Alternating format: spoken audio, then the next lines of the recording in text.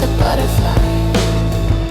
I use those wings to tear an opening in the cocoon's softened wall, and peeled myself into the world. I fluttered, first a stuttering flight, landing on trinkets from another life.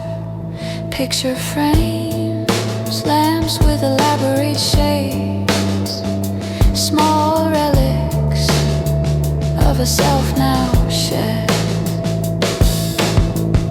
I reach for the window and escape the basement apartment, the cocoon of winter in waiting.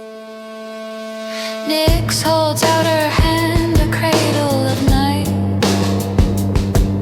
Psyche brings a bloom full of trembling light. They whisper the truth only darkness can teach.